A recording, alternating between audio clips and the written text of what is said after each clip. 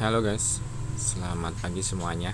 Bertemu kembali dengan saya di pembelajaran desain grafis, dasar desain grafis. Kali ini kita akan mencoba mempelajari mengenai software pengolah gambar berbasis vektor. Nah, apa itu namanya? Yaitu adalah Corel Draw. Nah, ini kebetulan Corel Draw yang saya gunakan itu adalah Corel Draw versi 2020.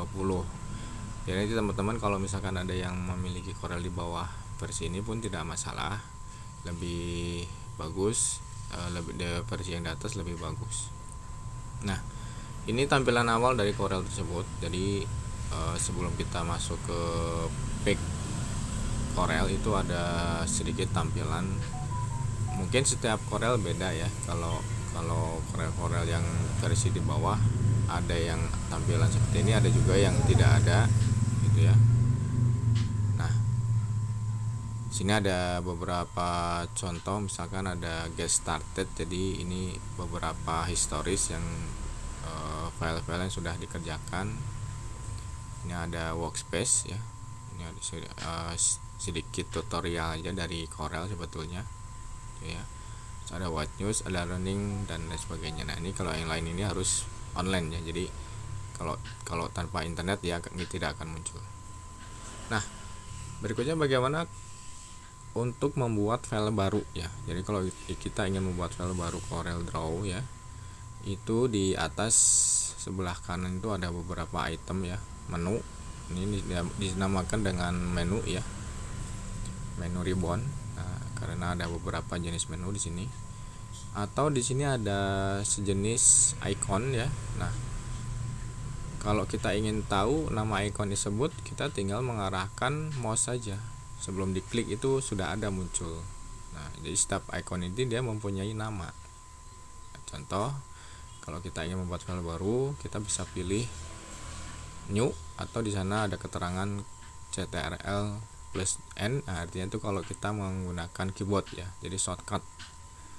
Atau bisa juga diklik di sini. Nah, kita klik dulu di sini. Nah, setelah itu ada pilihan create new document. Nah, kalau kita ingin membuat sebuah desain, kita harus tahu dulu apa yang akan kita buat. Contoh, kalau kita misalkan membuat cover majalah.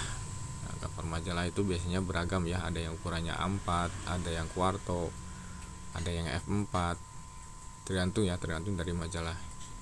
Sebagai contoh, supaya mudah ya, kita tinggal pilih saja. Kita akan membuat halaman atau membuat file baru untuk misalkan cover majalah kuarto. Jadi kita tinggal pilih saja di sini A4 ya, kuarto itu mungkin sejenis A4. Nah, karena untuk cetak itu kita harus memilih warnanya itu CMYK ya, mode warna itu CMYK. Jangan menggunakan RGB, karena kalau RGB itu nanti kualitas cetaknya akan jelek. Tetapi kalau memang kita cukup membuat flyer dalam bentuk digital ya, cukup kita menggunakan pilihan RGB saja. Nah, karena ini merupakan desain untuk cetak atau print ya, kita harus memilih CMYK. Nah, berikutnya ada resolusi. Resolusi itu merupakan kapasitas atau kualitas dari pixel setiap objek ya. Makin besar resolusi, itu akan makin bagus pixelnya, makin rapat pixelnya. Tapi kalau makin kecil resolusinya, maka kualitas kerapatan DPI-nya itu makin kecil. Jadi kualitas gambar itu sedikit kurang begitu bagus gitu. Nah, kita sesuaikan saja di sini, misalkan 300. Name di sini boleh kita beri nama, misalkan cover gitu ya. Ini tidak usah diisi. Nah, nanti page-nya mau berapa jumlah page. Tapi kalau kita hanya untuk membuat satu halaman, cukup kita isi satu saja. Selain ini di setting ya, kita cukup klik tombol OK. Nah, ini kita sudah memiliki satu file dokumen untuk cover. Nah, sedikit pengenalan bahwa setiap Corel itu memiliki tools yang berbeda-beda ya dari setiap versinya. ada yang sama, ada yang beda. Biasanya perbedaannya itu adalah jumlah toolsnya. Tools itu apa? Jadi tools itu adalah suatu alat yang digunakan untuk mengedit baik itu objek jadi maupun objek yang akan kita buat. Nah, di sebelah kiri itu ada beberapa tools ya. Nah, ini kalau kita arahkan mouse itu ada namanya, ada pick tools. Contoh misalkan ya, ada shape tools, ada misalkan di sini ada zoom ya. Terus ada untuk mengetik huruf itu menggunakan text tool ya, atau F8 shortcutnya ya. Terus ada lagi untuk efek-efek misalkan shadow, bayangan dan sebagainya. Nah, dari setiap tool ini itu ada beberapa sub tools lagi atau tools yang keduanya atau bagian dari tools itu sendiri. Contoh misalkan kalau pick tool itu ada jenisnya lagi, ada pick, ada freehand, ada free transform. Bagaimana cara memunculkan ini? Kita cukup diklik atau ditekan yang lama ya di dalam tools ini, atau kita bisa klik panah di sini. Nah, ini ya.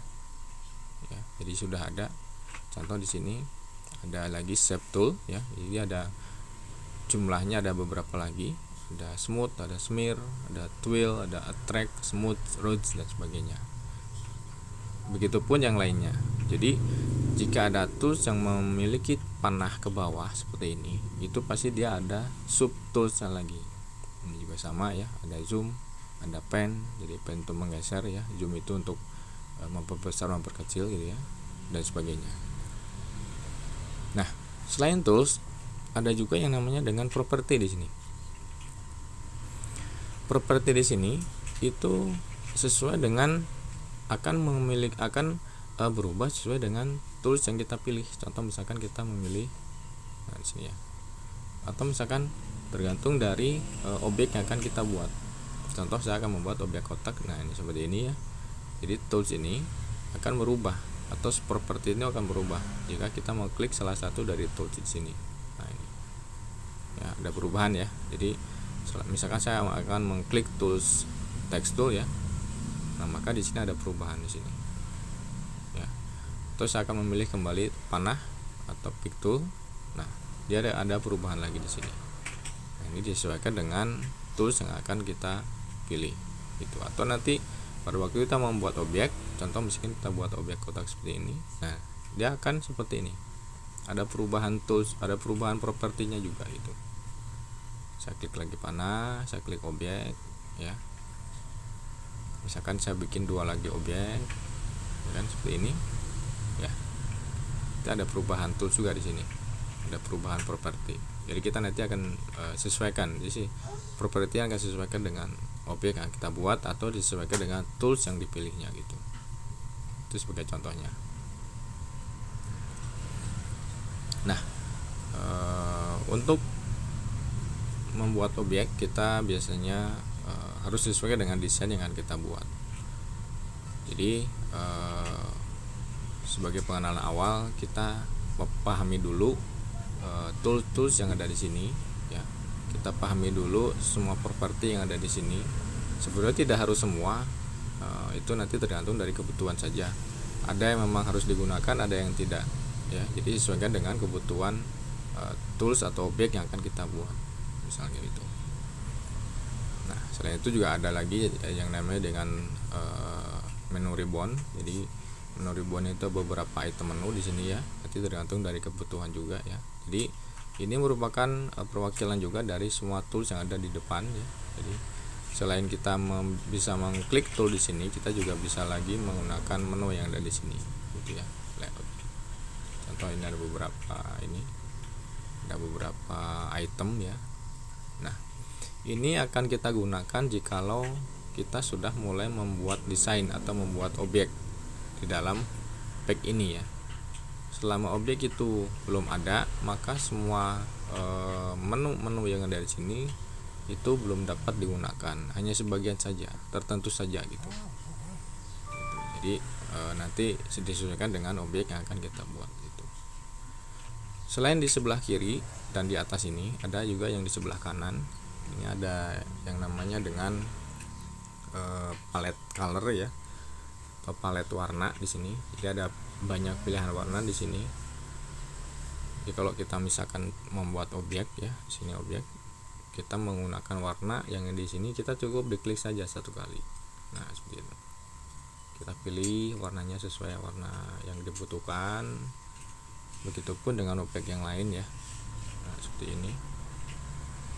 Nah, kita nanti menyesuaikan dengan warnanya, kita butuh warna apa yang akan digunakan gitu ya. Teks pun juga sama. Jadi kalau kita membuat teks gitu ya,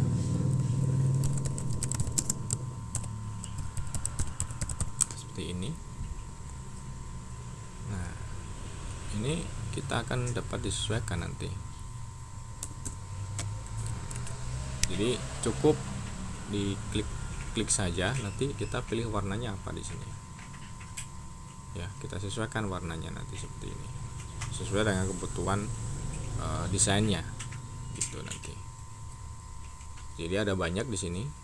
Jadi kalau misalkan ingin ada warna lebih banyak lagi, ini cukup diklik saja.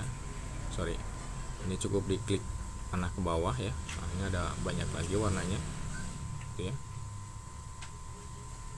Atau kita ingin mengambil warna, nah kita bisa mengambil warna di sini. Nah, kita nanti mengambil warna yang lainnya ada di sini. Tapi tergantung dari kebutuhan ya. Kalau memang kita perlu menggunakan warna tambahan, kita boleh ngambil di situ. Tapi kalau misalkan warna standar yang ada di sini, kita cukup diklik objek, pilih yang ada di sini. Nah, ini kan ada perubahan warna nantinya. Gitu. Nah, baik, sampai di sini untuk dasar-dasar pengenalan aplikasi pengolah data, pengolah gambar dalam bentuk vektor ya, yaitu adalah CorelDRAW. Sesi berikutnya kita akan mencoba membuat objek-objek sesuai dengan kebutuhan yang akan kita buat nanti. Terima kasih atas waktunya. See you next learning.